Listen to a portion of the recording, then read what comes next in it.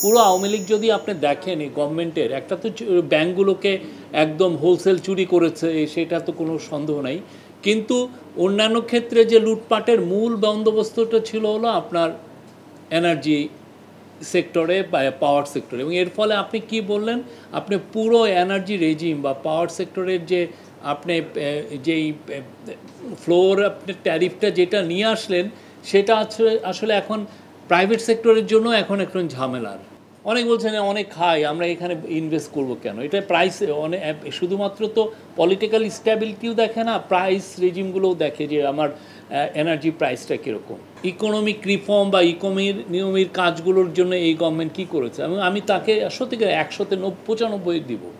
ইনফ্লেশনটা নেমে এসছে, যেটা আমরা ডিজায়ার করছি 5%-এর নিচে বা 6%, সেটা হয়তো আসে নাই, বাট আপনার ফুড ইনফ্লেশন নেমে এসছে, ইনফ্লেশন নেমে এসেছে, রিজার্ভ বেড়েছে, এবং সবচেয়ে বড় যেটা কথা সেটা হচ্ছে যে আমার গ্রোথটা আমি 4% এসছি। আর আপনি বলবেন যে স্টেলার গ্রোথ 8% না, এখন এটা একটা রেভলিউশনের পরে এই 4% গ্রোথ আমি মনে করি যে মোর দেন, আমি বলবো যে কোয়াইট গুড।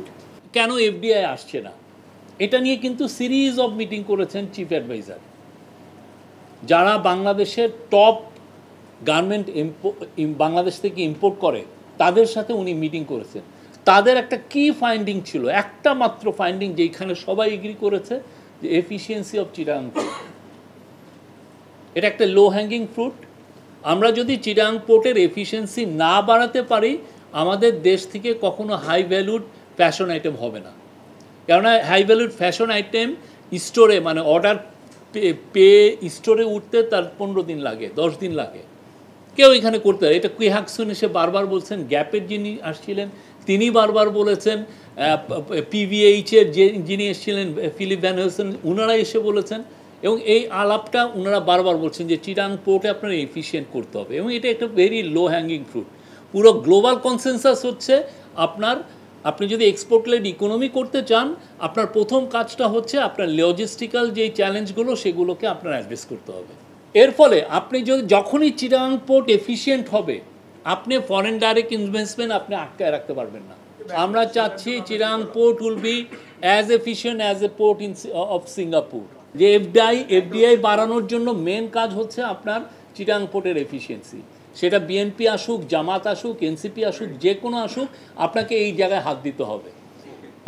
আমার গুডস যারা বাংলাদেশে এসে বাংলাদেশের মার্কেটকে ক্যাটার করার জন্য তারা গুডস তৈরি করবে না, তারা গ্লোবাল মার্কেটকে ক্যাটার করার জন্য আনবে, এবং তাদের মূল এখানে অ্যাট্রাকশনের জায়গাটা হচ্ছে চিপ লেবার। যখন রেসিপ্রোকাল ট্যারিফটা আসলো, তারপরে কিন্তু সিরিজ অফ মিটিং হয়েছে, এবং অনেকে আমরা দেখেছি যে এই ইউএস ট্যারিফটাকে নিয়ে অনেকে বলতে চেয়েছেন যে এটা একটা দুর্বল government, interim government, it's not like a political government না, তাদের কি ওই লেভারেজটা আছে কি না ইউএসের থেকে একটা বেটার ট্যারিফ টক্সের মাধ্যমে বেটার ট্যারিফটা নিয়ে আসার জন্য।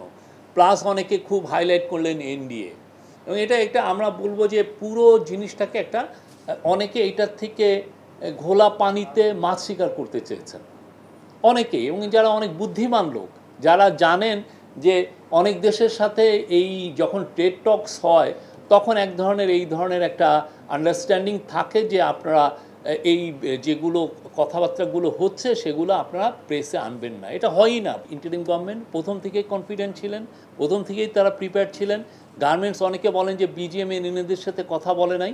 বিজিএমের লিডারশিপ, বিজিএমের ইলেকটেড গভর্নমেন্ট, ইলেকটেড বডি এসছে অনেক পরে। তার আগে যেটা হয়েছে যে বাংলাদেশের যারা লিডিং এক্সপোর্টার ছিলেন তাদের সবার সাথে কিন্তু কথা বলে। ইউএসের যে কনসার্নগুলো ছিল, ইউএস সবার সাথেই যে তারা চাচ্ছে যে উইন উইন সবার জন্য, আমরা এমন একটা ডিলে পৌঁছতে পেরেছি যেটা win win for everyone. USA export করেই সবাই রিচ হয়েছেন, সেটা জাপান বলেন, সাউথ কোরিয়া বলেন, তাইওয়ান বলেন, হালামলের মালয়েশিয়া বলেন, বা হালামলের ভিয়েতনাম বলেন, এমন কোনো দেশ নাই যারা তারা গ্রোথ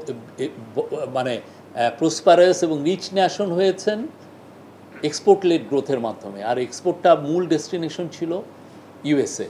তা আমরাও আশা করছি সামনের দিনগুলোতে আমরা যে 20% হয়তো আমরা চেষ্টা করব এটাকে আরও কমিয়ে আনতে, এইটার মাধ্যমে বাংলাদেশের যে প্রসপ্যারিটি এটা একটা প্ল্যাটফর্ম তৈরি হলো এবং আমরা ইউএসের এই মার্কেটটায় আরও আমাদের এক্সপোর্টটা এক্সপান্ড করতে চাই। আমরা এই এক্সপোর্ট লেড গ্রোথের মাধ্যমে আমরাও একটা প্রসপারাস ন্যাশন হব।